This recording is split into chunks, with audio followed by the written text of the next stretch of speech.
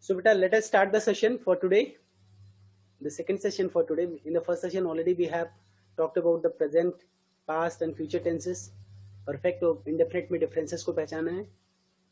So we would be the session, the topic, whatever we are going to read today, that is associated with the whatever you have in the previous session. Yes, sir. Yes. Yes. Okay, let me open. So what I was telling that ki in today's session, in the grammar junction topic, we have to read a type of sentence where couple of action already has been done in the past. जहां पे क्या होगा, दो action already past में हो चुके होते हैं. For the example, we were reading this sentence in our previous session, जो कि टेक्निकल रीजन की वजह से हैम्पर हो गया, खराब हो गया.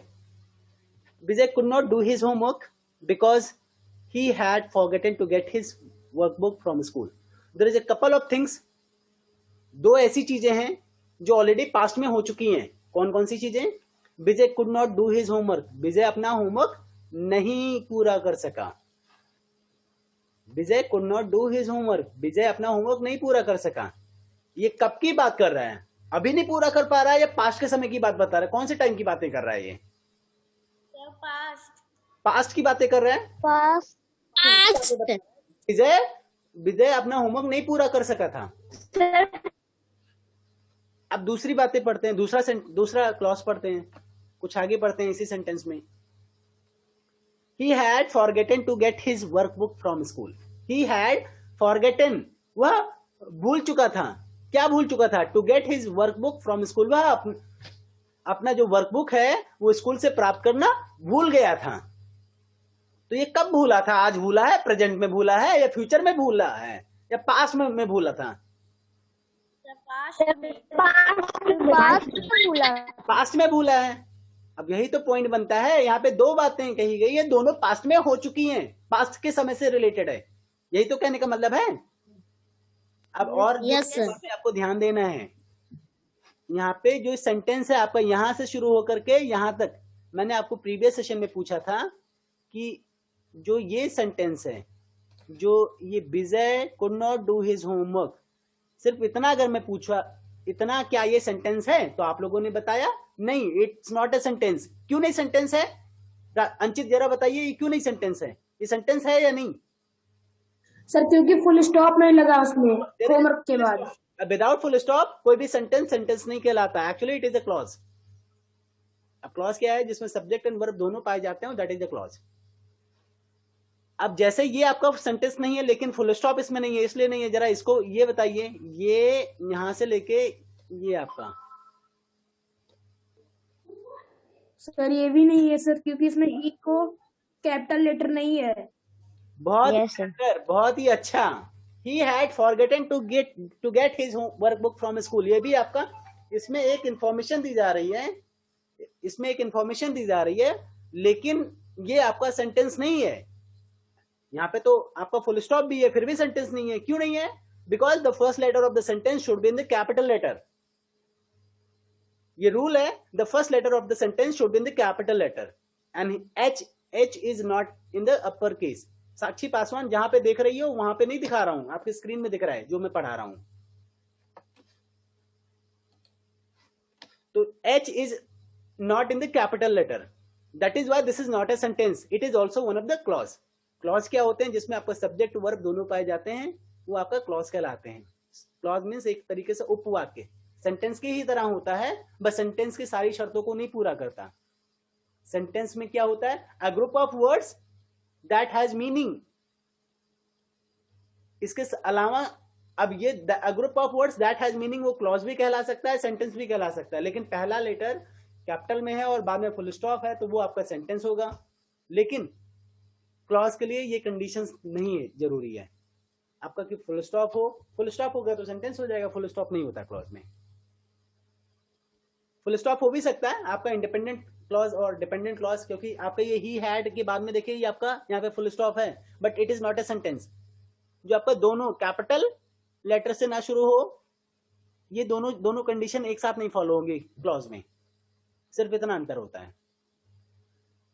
चलो हम लोग अपने पॉइंट पे आते हैं, अपने टॉपिक पे आते हैं जो पढ़ रहे हैं इस समय। इसमें दो एक्शंस हैं, दोनों पास्ट में हो चुके हैं। Vijay could not do his homework, Vijay अपना होमवर्क नहीं कर सका, ये भी पास्ट से संबंधित है। he had forgotten to get his homework from the school, ये भी आपका पास्ट में ही भूला है। ये कब भूला है? पास्ट में ही भूला है, पास्ट के समय ही बात बताया जा रहा है। तो दोनों पास्ट में हुआ है। अब दोनों पास्ट में हुआ है तो इसमें एक को आपको इंडेफिनिट में लिखना रहेगा, एक को आपको परफेक्ट में लिखना रहेगा। पास्ट इंडेफिनिट में लिखना रहेगा एक को पास्ट परफेक्ट में लिखना रहेगा। किसको आप पास्ट परफेक्ट में लिखेंगे, किसको आप पास्ट इंडेफिनिट में लिखेंगे?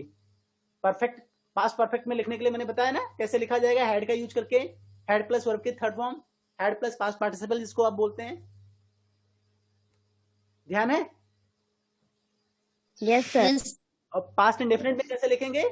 केवल आपका सब्जेक्ट के बाद past form of the verb को, वहां पे कोई भी हैज हैव हैड नहीं लगाना है, आपको सीधा past form of the verb लिख देंगे। पास्ट फॉर्म मतलब जैसे केम का कम, मतलब कम का केम, ये पास्ट फॉर्म हुआ। गो का वेंट पास्ट फॉर्म हुआ, और पास्ट पार्टिसिपल क्या हुआ? गॉन हुआ, गो वेंट गॉन। तो जो पास्ट फॉर्म की बात करेंगे तो जिसको आप सेकंड फॉर्म बोलते हैं उसको पास्ट फॉर्म बोला जाता है। एक्चुअली वो पास्ट फॉर्म वो लिखेंगे। जब जिसको वर्ब की थर्ड फॉर्म बोलते हैं उसको पास्ट पार्टिसिपल बोला जाता है, उसको आप लिखेंगे। बेटा ये इतनी आसानी से समझ में आने वाला नहीं। कई सारे बच्चे खेल रहे हैं, कूद रहे हैं, इधर उधर चल रहे हैं, फिर रहे हैं, संजना पासवान होंगी, साक्षी इधर उधर देख रहे हैं, इनको समझ में नहीं आने वाला। मैं ज्यादा प्रयास भी नहीं कर सकता। ऐसे बच्चे जो समझना ही नहीं चाहते, मैं उसको क्या समझाऊं? तो ऐसे में आपको आज मैं समझा रहा हूं, कल मैं एक्सरसाइज सॉल्व कराऊंगा। जिसको समझ में आया होगा वो अपनी मर्जी से कर पाएगा, और कल जब मैं एक्सरसाइज सॉल्व कराऊंगा तो अपनी मर्जी से वो सही गलत अपना आकलन कर पाएगा। जिन्होंने कुछ भी नहीं समझा है वो कल जब मैं बताऊंगा तब छापेंगे वो। तो भाई अब उनकी बातें हैं, जो छापेंगे उनको थोड़ा आएगा, वो छपाई करेंगे छापने में। चलो ठीक है। फिर अभी दो बातें हैं। आप कौन से, आपका दो सेंटेंस जब हो, जब दो एक्शन आपका पास्ट में हो चुका हो, तो किस वाले एक्शन को आपको पास्ट में लिखना है, किस वाले एक्शन को आपको पास्ट परफेक्ट, किस वाले सेंटेंस को आपको पास्ट इंडेफिनिट में लिखना है, किसको आपको पास्ट परफेक्ट टेंस में लिखना है, ये क्लियर करना है। इसको देखते हैं जरा। फर्स्ट एक्शन जो, अच्छा इसमें जो आपने सेंटेंसेस में पढ़ा, Vijay could not do his homework, Vijay अपना होमवर्क नहीं कर सका, ये पहला एक्शन है। दूसरा एक्शन क्या है? He had forgotten to get his work book from school, इसमें दूसरा एक्शन है। दोनों पास्ट में हुआ है, लेकिन दोनों में सबसे पहले कौन सा हुआ है? सबसे पहले अपनी वो नोटबुक भूला है, वर्कबुक भूला है, या सबसे पहले होमवर्क नहीं कर पाया? सबसे पहले वो नोटबुक भूला है, वर्कबुक भूला है, यस सर, यस वर्कबुक भूला है, तभी तो वो नहीं होमवर्क कर सका। इसका मतलब जो एक्शन होगा, ऐसे में जब दो एक्शन हो रहे हो, जो फर्स्ट एक्शन होगा that will be in the past perfect tense, the second action that happened in the past that will be in the past indefinite tense. Clear? Yes sir.